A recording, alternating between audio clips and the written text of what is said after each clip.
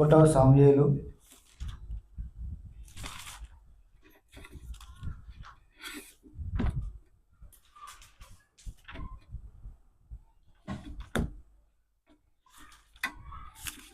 17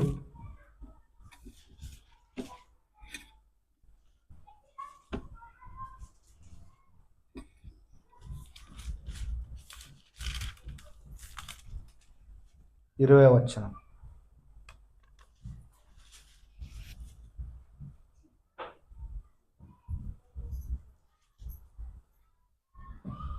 పదిహేడవ వచనం చదువుకొని తర్వాత 20 వచనం చదువు.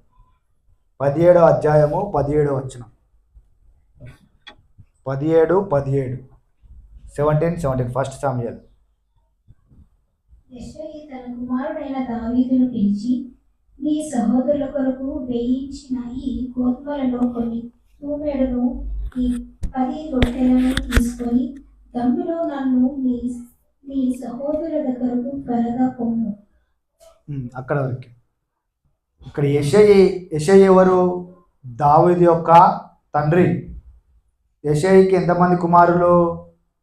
8 మంది కుమారులు. ఈ యొక్క 8 మంది కుమారుల్లో దేవుడు దావీదును అభిషేకించాడు. హల్లెలూయా. అయితే ఈ దావీదును అభిషేకించిన తర్వాత ఏం జరుగుతుందంటే ఒక యుద్ధం వస్తుంది. గొలియాత్ అనే ఫిలిష్తీయుల నాయకుడు ఈ యొక్క ఇజ్రాయేల్ మీదకి దండెత్తి వస్తాడు. దండెత్తి వచ్చి మీరు నాతోటి యుద్ధం చేయాలి అంటాడు. మీలో ఎవరైనా నాతో యుద్ధం చేసి నన్ను ఓడిస్తే మా ఫిలిష్తీయులు అందరూ కూడా మీకు దాసులుగా ఉంటారు. మిమ్మల్ని నేను ఓడించింది అనుకో, అప్పటి నుంచి మీరు నాకు దాసులుగా ఉంటారు అని సవాలు విసురుతూ ఉన్నాడు. అయితే యెషయి యొక్క కుమారులు, పెద్ద కుమారులు అందరూ ఆ యుద్ధంలో వెళ్ళి అక్కడ ఏం చేయాలి అని అటు ఇటు ఆలోచిస్తూ అక్కడ యుద్ధంలో భక్తులుగా తీరి అక్కడ యుద్ధానికి ముందు ఫిలిష్తీయులు ఎదుట ఇజ్రాయేలు ఇద్దరు ముందు వారు ఇట్లా మాట్లాడుతున్నారు. అయితే అప్పుడు యెషయి తన కుమారుడైన దావీదును పిలిచి, నీ సహోదరుల కొరకు వేయించిన ఈ గోధుమలో ఒక తూమెడును ఈ 10 రొట్టెలను తీసుకొని దండులోనున్న దండు అనగా అక్కడ దండు ఏదైతే యుద్ధం క్యాంప్ ఉంటుంది కదా, యుద్ధంకు పోయినప్పుడు బార్డర్లో ఇద్దరు ఇటు దేశస్తులు అటు దేశస్తులు బార్డర్లో ఉండి యుద్ధంకి సిద్ధపడతారు. అదేవిధంగా అక్కడ దండు ఏర్పరిచి ఆ దండులో ఆహారం కూడా అన్ని కూడా వారికి అక్కడికే ఇయ్యబడతాయి. కాబట్టి ఈ యొక్క చిన్న కుమారుడైన దావీదును చెప్తున్నాడు తండ్రి, వెళ్ళి నీ సహోదరులకు ఏమైనా ఆహారం తీసుకెళ్ళు, ఆ యుద్ధంలో ఉన్నారు కదా వారికి మనమే సప్లై చేయాలి. ఇప్పుడు యుద్ధం అయితే ఆ యుద్ధము 1 రోజు అవ్వచ్చు, 2 రోజులు 40 రోజులు అవ్వచ్చు. ఇక్కడ 40 రోజులు అవుతుంది అనమాట యుద్ధం. అయితే అప్పుడు దావీదు ఏం చేస్తుండే చూద్దాం. 20వ వచనం. దావీదు ఉదయమున లేచి ఒక కాపరికి గొర్రెలను అప్పగించి వస్తువులను తీసుకొని ఇచ్చిన ఆజ్ఞ చొప్పున ప్రయాణమైపోయాను. అయితే అతడు కందకములకు వచ్చినప్పటికీ వారును వీరును పంక్తులుగా తీరి జయము జయమని అరుచుచు యుద్ధములకు సాగుచుండిరి. అక్కడ ఏమవుతుందంట, పెద్ద యుద్ధం జరుగుతుంది. కానీ ఇక్కడ దావీదు ఎవరు? గొర్రెల కాచుకుంటూ ఉన్నాడు, గొర్రెల కాపరి దావీదు. అందుకనే ఇక్కడ దావీదు ఉదయమునే లేచి ఒక కాపరికి గొర్రెలను అప్పగించిండు. హల్లెలూయా. ఇక్కడ గొర్రెలు కాసుకున్న వ్యక్తి ఏం చేస్తుండు? ఆ కాపరి ఇంకొక కాపరి ఉంటే ఆ కాపరికి గొర్రెలను చూసుకోమని చెప్తుండు. అయితే దీనికన్నా ముందు 16వ అధ్యాయంలో ఏం జరిగింది? దావీదును 16 అధ్యాయము 13వ వచనంలో ఏం జరిగిందంటే దావీదును అభిషేకించిండు సమూయేలు అనే ప్రవక్త వచ్చి, ఆ పాస్టర్ వచ్చి ఏం చేసిండు? దావీదును అభిషేకించిండు. హల్లెలూయా. అంటే దేవుడు ఈరోజు మనల్ని అభిషేకించబోతున్నాడు. హల్లెలూయా. ఈరోజు మనల్ని తైలంతో ఆయన ఏ విధంగా అయితే సమూయేలు వచ్చి దావీదును అభిషేకించిండో అప్పుడు ఏం జరిగిందో మనం చూద్దాం. 16, 13. సమూయేలు తైలపు కొమ్ములు తీసి వారి సహోదరుల ఎదుట వారికి అభిషేకము చేశాను. నాటి నుండి యెహోవా ఆత్మ దావీదు మీదికి బలముగా వచ్చాను. తరువాత సమూయేలు లేచి రామాకు వెళ్ళిపోయాను. హల్లెలూయా. ఇక్కడ ఏం జరిగిందంటే సమూయేలు తైలపు కొమ్మును తీసి వాని సహోదరుల ఎదుట వానికి అభిషేకము చేశాను. ఎవరికి? దావీదుకు. దావీదుకు అభిషేకము చేసిన తర్వాత ఏం జరిగిందంట? నాట నుండి యెహోవా ఆత్మ దావీదు మీదికి బలముగా వచ్చెను. హల్లెలూయా. అంటే నాటి నుండి ఎప్పుడైతే దావీదు అభిషేకించబడ్డాడో ఆ రోజు నుంచి ఏం జరిగిందంట? దేవుని ఆత్మ బలముగా దావీదు మీదకి వచ్చిందంట. హల్లెలూయా. అంటే దేవుని ఆత్మ బలంగా వచ్చినప్పుడు ఏం జరుగుతుందంటే మన యొక్క సామర్థ్యం కాదు కానీ దేవుని ఆత్మ సామర్థ్యాన్ని మనం చూస్తాం. హల్లెలూయా. అయితే ఈ ఆత్మ సామర్థ్యం బలముతోటి దావీదు ఏం చేసిండో ఇక్కడ రాజుతో మాట్లాడతాడు, సౌలుతో మాట్లాడతాడు. 17 అధ్యాయము 34 నుంచి 37 వరకు. 17 చాప్టర్ 34 to 37. 1 Samuel 17:34 to 37. 17:34. అందుకు దావీదు సౌలుతో ఇట్లా నేను నీ దాసుడనైన నేను నా తండ్రి యొక్క గొర్రెలను కాయచుండగా సింహములు ఎలుగుబంటిను వచ్చి మందలో నుండి ఒక గొర్రె పిల్లను ఎత్తుకొని పోవచ్చుండగా నేను దానిని తరిమి చంపి దాని నోటి నుండి ఆ గొర్రెను విడిపించింది. అది నా మీదికి రాగా దాని గడ్డము పట్టుకొని దానిని కొట్టి చంపితిని. నీ దాసుడనైన నేను ఆ సింహమును ఎలుగుబంటిని చంపితిని. జీవము గల దేవుని సైన్యములను తిరస్కరించిన ఈ సున్నతి లేని ఫిలిష్తీయుడు వాటిలో ఒకదాని వలె అగుననియు సింహము యొక్క బలము నుండి ఎలుగుబంటి యొక్క బలము నుండి నన్ను రక్షించిన యెహోవా ఈ ఫిలిష్తీయుల చేతిలో నుండి కూడా నన్ను విడిపించును అని చెప్పాను. అందుకు సౌలు కొమ్ము యెహోవాకు తోడుగా ఉండుగాక అని దావీదుతో చెప్పాడు. హల్లెలూయా.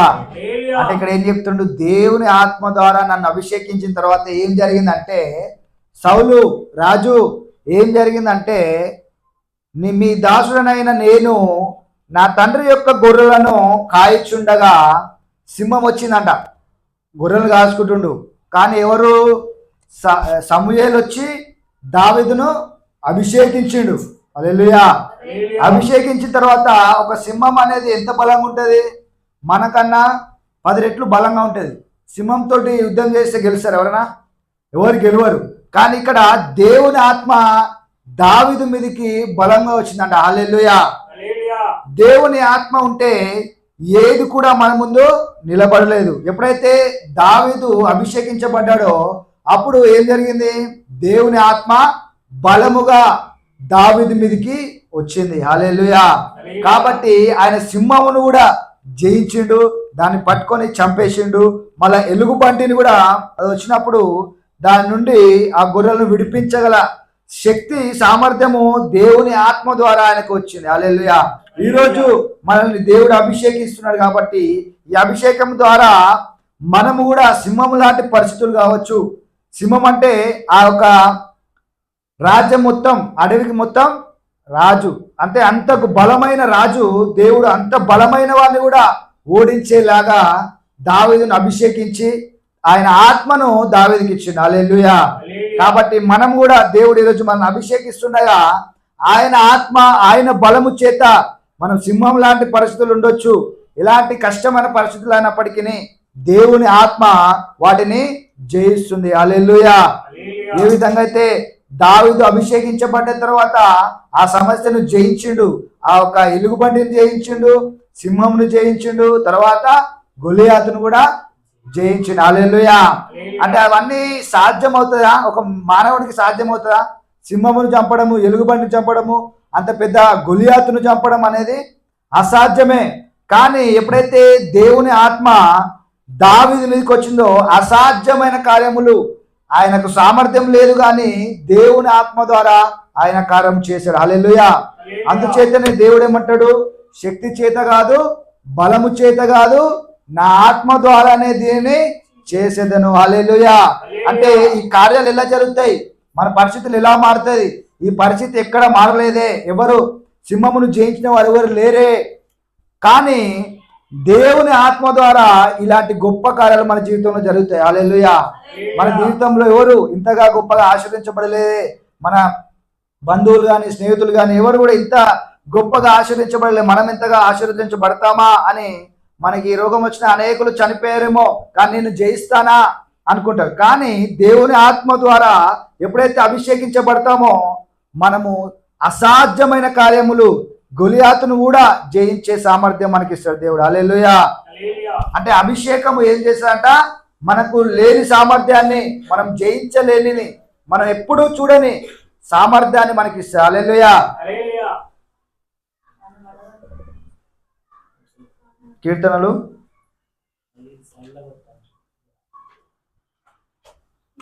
105, సామ్స్ 105:15.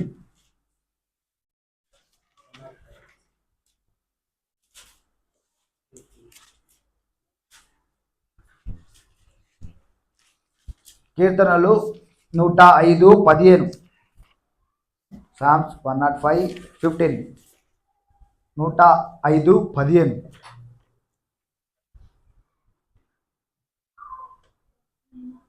చదవండి. 105:15. Touch not my anointed.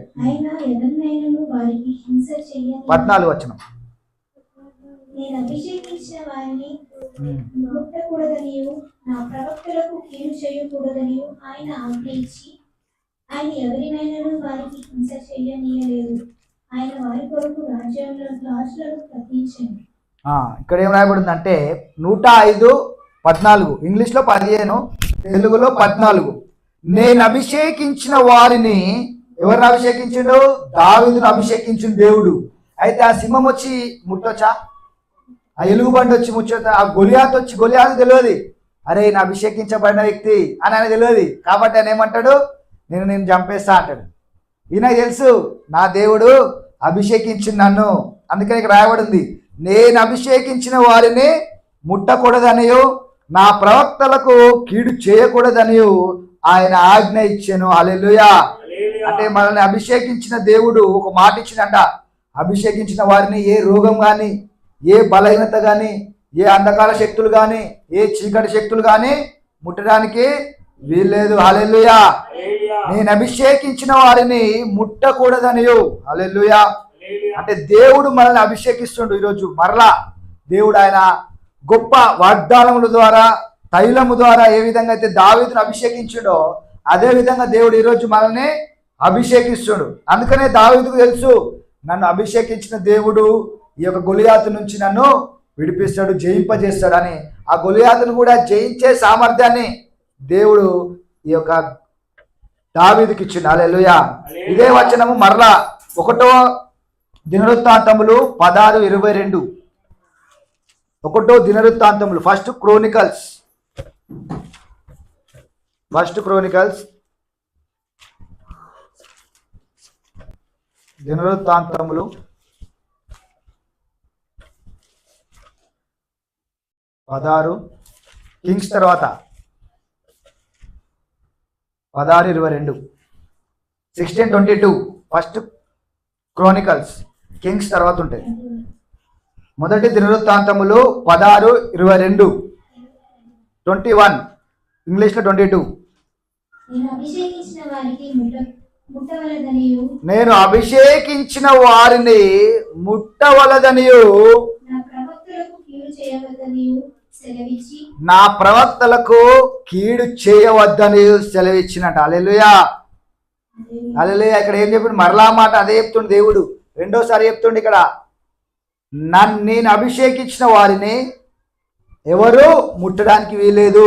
ఏ అపవాది క్రియలు కానీ, ఏ అంధకార శక్తులు కానీ, ఏ చీకటి శక్తులు కానీ, కనిపించేవి కనబడనివి ఏవి కూడా నిలబడడానికి వీలు లేదని చెప్తుండు దేవుడు. మరలా గట్టిగా మనతో బలంగా చెప్తుండు. హల్లెలూయా. ఇంకొక వచనం చదువుకుందాం. యెషయా 10:27.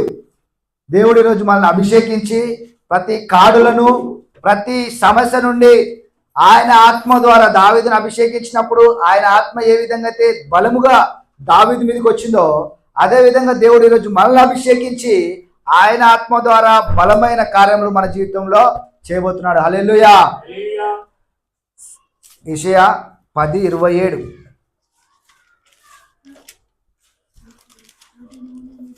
ఉమ్. 10:27. ఆ దినమున నీ భుజం మీద నుండి నీ భుజము మీద నుండి అతని బరువు తీసివేయబడును. నీ మెడ మీద నుండి అతని కాడి కొట్టివేయబడును. నీవు బలిసినందున ఆ కాడి విరగొట్టబడును. యెషయా చాప్టర్ 10:27. ఇక్కడ ఏం రాయబడిందంటే ఇంగ్లీష్లో యోక్, ఒక కాడి ఇరిగిపోతుందట. The day he take away the burden because of the anointing yoke will be destroyed. అంటే ఈ యొక్క కాడి ఏ విధంగా ఇరిగిపోతుంది అంటే వ్యాధి అనే కాడి, లేమి అనే కాడి, బలహీనతలు, భయము అనే కాడులు ఇవన్నీ దేవుని యొక్క అభిషేకం ద్వారా దేవుడు ఎప్పుడైతే అభిషేకించిండో దావీదుకు భయం పోయింది. ఆ సింహం చూసి ఎవరైనా భయపడతారు, కానీ ఆయన భయపడడా? భయపడలే. ఎందుకు? దేవుడు ఆయన అభిషేకించిండు. హల్లెలూయా. ఈరోజు దేవుడు మనల్ని అభిషేకిస్తుండగా ఏం జరుగుతుందంటే ఆ దినమున నీ భుజం మీద నుండి అతని బరువు తీసివేయబడును. నీ మెడ మీద నుండి అతని కాడి కొట్టివేయబడును. నీవు బలిసినందున ఆ కాడి విరగొట్టబడును. అంటే అభిషేకం ద్వారా మనం ఏమవుతామంట? లేని సామర్థ్యాన్ని దేవుడు మనకిస్తాడు. బలిసి అంటే బలవడం అంటే అనాయిటింగ్ విరగడం, మనలో శక్తి, ఆయన సామర్థ్యం మనలో రావడం. ఆయన యొక్క సామర్థ్యం ఎప్పుడైతే అభిషేకించబడతామో మనకు ఆయన సామర్థ్యంతో మనము ప్రతి కాడులను దేవుడు విరగొడతాడు. హల్లెలూయా. ఇదే వచనం 23 కీర్తనలో కూడా ఉంటుంది.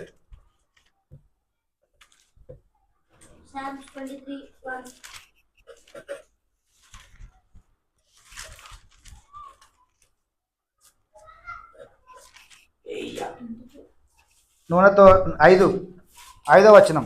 నా శత్రువుల ఎదుటను నాకు భోజనం సిద్ధపరచెదవు. నూనెతో నా తల అంటి ఉన్నావు, నా గిన్నె నిండి హల్లెలూయా. నూనెతో నా తల అంటి ఉన్నావు. హల్లెలూయా. ఇక్కడ ఏం చేస్తుంది? దావీదుకు తెలుసు, నన్ను నా తలను నీవు నూనెతో అంటి ఉన్నావు. హల్లెలూయా. అంటే దావీదును అభిషేకించిండు దేవుడు, తైలముతో అభిషేకించుండు. సమూయేలు వచ్చి నిన్ను రాజుగా చేయబోతుండు దేవుడు, అందుకే నేను నిన్ను అభిషేకిస్తున్నానని ఆ రోజు దేవుడు ఆయనను అభిషేకించుడు. అందుకని ఇక్కడ రాయబడింది, నూనెతో నా తల అంటి ఉన్నావు, నా గిన్నె నుండి పొర్లుచున్నది.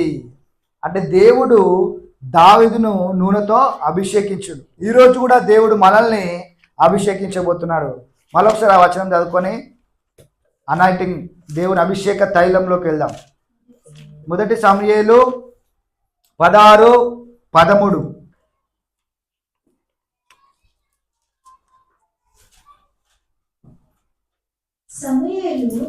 సమూయేలు తైలపు కొమ్ము అంటే ఏంటంటే ఒక తైలంతో నింపిన కొమ్ము.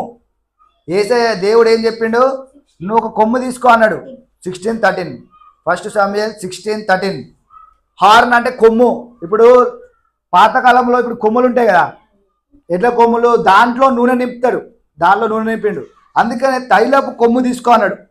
అదేంటిదంటే ఒక ఎద్దు కొమ్ము, ఎద్దుదన ఆవుదన కొమ్ము ఉంటుంది. ఆ కొమ్ములో నూనె పోస్తాడు.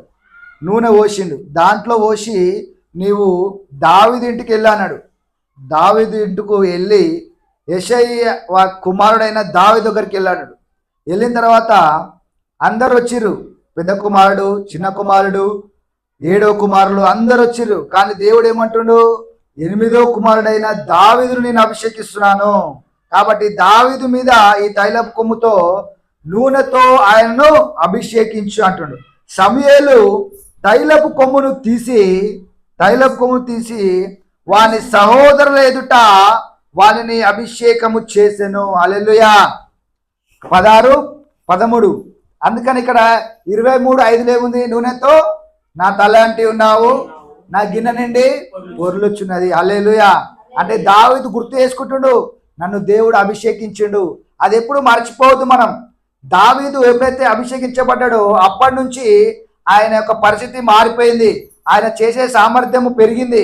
ఆయన దేనికి భయపడతలేడంట. ఆ ఒక సింహం వచ్చినా, ఎలుగుబంటి వచ్చినా, ఏది వచ్చినా సరే వేటికి భయపడతలేడు. అందుకని ఇక్కడ దావీదుకు ఆ రోజు నుంచి ఏం జరిగిందంటే, దేవుని ఆత్మ నాటి నుండి యెహోవా ఆత్మ దావీదునికి బలంగా వచ్చెను. అంటే ఇక్కడ ఏం జరిగిందంటే, యెహోవా ఆత్మ దావీదు మీదకి బలంగా వచ్చెను. దేవుని ఆత్మ ఎప్పుడైతే బలంగా వచ్చిందో అప్పుడు ఆయన పరిస్థితులు అన్ని మారిపోయినాయి. ఆయన గొర్రెల కాపరి, కానీ ఏమైండు? రాజైండు. హల్లెలూయా. గొర్రెల కాపరి ఆయన చిన్న అంత గొర్రెల కాపరి రాజు అవుతాడా? అది అసాధ్యం. అది ఎప్పుడైనా అనుకుండా నేను రాజు అవుతాని, నేను రాజు అవుతా అని ఎప్పుడూ అనుకోలే. కానీ దేవుడు ఆయన అభిషేకించిన తర్వాత ఆయన ఏమైండు? రాజైండు. హల్లెలూయా. కాబట్టి దేవుడు మనల్ని ఈరోజు అభిషేకించి మనల్ని గొప్ప స్థానంలోకి హెచ్చించబోతున్నాడు. హల్లెలూయా. ఈ రోజు నుంచి దేవుడు ఆయన అభిషేక్తుని ఏ విధంగా అయితే దావీదుని హెచ్చించిండో, దావీదుని ఏమంటాడు దేవుడు? నా అభిషేక్తునే ముట్టకూడదు. హల్లెలూయా. ఇందాక మనం చదువుకున్నాం, నా అభిషేక్తుని ముట్టడానికి వీల్లేదు. అంటే ఆయన యొక్క ప్రొటెక్షన్ ఉంటుంది, ఆయన కాపుదల, ఆయన అభిషేకము మన మీద ఉంటాయి. ఈరోజు ఆ తైలం తీసుకొని, ఆయిల్ బాటిల్ తీసుకో, అందరు నిల్చోండి. ప్రార్థన, ఆయిల్ అభిషేకం ఈరోజు దేవుడు మనల్ని అభిషేకించబోతున్నాడు. అభిషేకం నా తల మీద, నా తలపైన ఆత్మయేసు నాలోనా, అభిషేకం నా తలపైన ఆత్మైన యేసు నాలోనా, యేసు రాజా ఆరాధన నా యేసు రాజా, అభిషేకం నా తలపైన ఆత్మైన యేసు నాలోనా, అభిషేకం నా తలపైన ఆత్మైన యేసు నాలోనా, యెహోవా రమా, అభిషేకం నా తలపైన ఆత్మైన యేసు నాలోనా, అభిషేకం నా తలపైన ఆత్మైన యేసు నాలోనా. Thank you lord. యేసయ్యా, ఈ అభిషేకము నీవే పరలోకం నుండి మాకు ఇచ్చినందుకు వందనాలు. దావీదును అభిషేకించినట్టు మీరు ఇప్పుడు మమ్మల్ని అభిషేకిస్తున్నందుకు వందనాలు. ఆ నాటి నుండి దేవుని ఆత్మ బలముగా దావీదు మీదకి వచ్చింది ప్రభా. అదే విధంగా ఈ రోజు నుంచి నీ ఆత్మ మా మీద బలముగా పనిచేసి అవునయ్యా శూర్యమైన కార్యములు, భీకరమైన కార్యములు మా ద్వారా చేయమని ప్రార్థిస్తున్నామా. దావీదు ఏ విధంగా అయితే ఆ ఒక ఎలుగుబంటిని, ఆ ఒక సింహమును, గొలియాతును జయించిండు ప్రభా, ఆ దేశమునే జయించిండు. అలాంటి సామర్థ్యము మీ ఆత్మ ద్వారా మా మీద కుమ్మరించుమని ఈ యొక్క అభిషేకాన్ని మేము అభిషేకించుకుంటున్నాము. తలంగా అందరు పెట్టుకోండి, తల పెట్టుకోండి. అభిషేకమా, ఆత్మాభిషేకమా, నన్ను దీవింపనాపై దిగిరమ్మయ్యా. అభిషేకమా, ఆత్మాభిషేకమా, నన్ను దీవింపనాపై దిగిరమ్మయ్యా. నీవు నాలో నున్న నాకు భయమే లేదు, నేను దావీదు వలె నుండెను. నీవు నాలో నున్న నాకు భయమే లేదు, నేను దావీదు వలె నుండెను.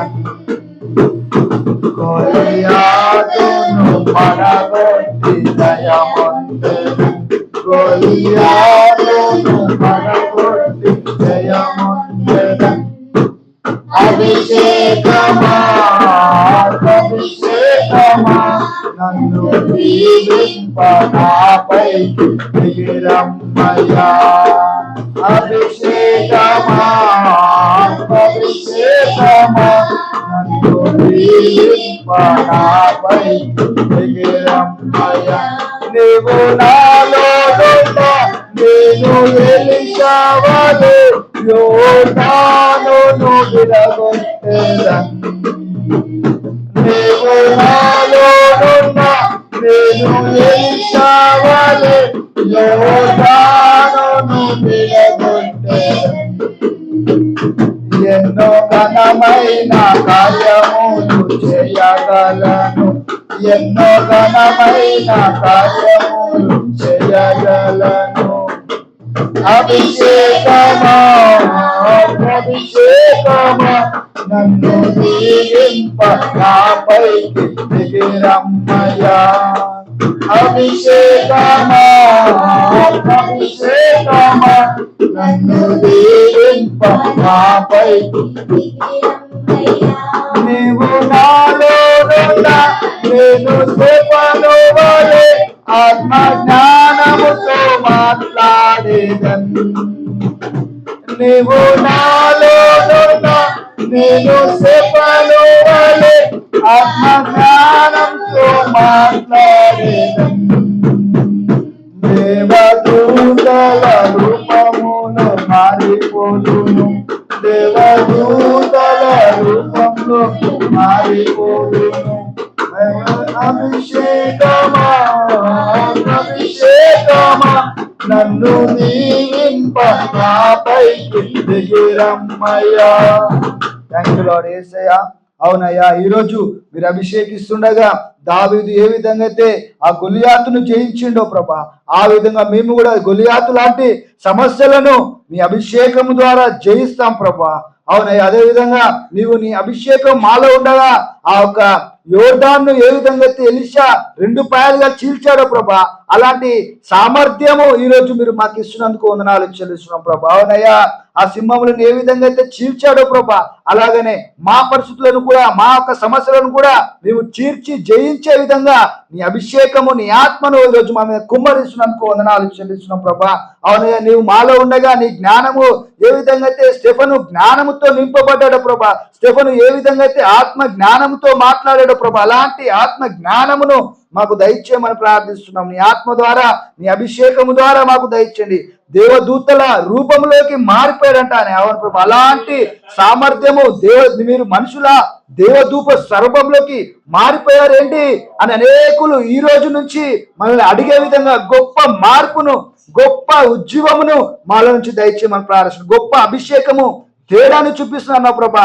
దావీదు ఎప్పుడైతే అభిషేకించబడాడో అప్పుడు దేవుని ఆత్మ నాటి నుండి బలముగా దావీదు మీదకి దిగి వచ్చింది ప్రభా. అదే విధంగా ఈ రోజు మా మీద బలముగా నీ ఆత్మను కుమ్మరించి బలమైన కార్యములు మా జీవితంలో జరిగించండి. అన్ని విషయాల్లో ఈ రోజు నుంచి గొప్ప మార్పులు గొప్ప ఆశీర్వాదమును మా మీద కుమ్మరించుమని నీ అభిషేకము మాకు ఇచ్చినందుకు వందనాలు చెల్లిస్తూ యేసు నామములో ప్రార్థిస్తున్నాం తండ్రి.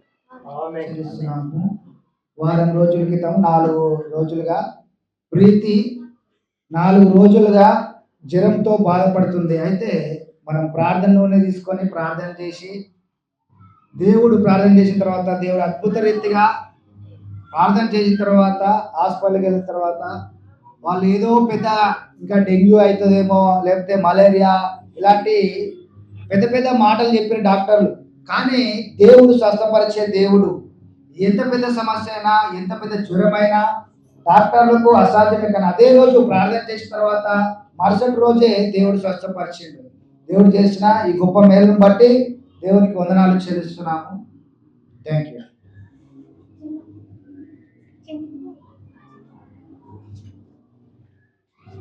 అదేవిధంగా ప్రణయ్కి కూడా దేవుడు గత వారంలో జ్వరంతో బాధపడుతుండగా 2 రోజులు 3 రోజుల నుండి జ్వరంతో బాధపడుతుండగా ప్రార్థన చేసిన తర్వాత ప్రార్థనలోనే కూడా అప్లై చేసి ప్రార్థన చేసినాక దేవుడు అన్నాడు అక్కడ మాట, ఎవరైనా రోగి ఉన్నాడలా సంఘ పెద్దలను పిలిపించి వారు నూనెతో వారికి ప్రార్థన చేసినప్పుడు విశ్వాసం గల ప్రార్థన రోగిని స్వస్థపరుస్తుంది. కాబట్టి దేవుడు అద్భుత రీతిగా ఆయన స్వస్థపరిచాడు. ఆయన సజీవులుగా మన మధ్యలో ఇక్కడ డ్రమ్స్ వాయిస్తూ దేవుని ఆరాధిస్తూ దేవునిలో బాగా వాడబడుతుంది. ఇంకా బాగా ఆయన వాడబడాలని అనుదిన ప్రార్థనలో జ్ఞాపకం చేసుకోవాలని మనం చేస్తున్నాం. Thank you.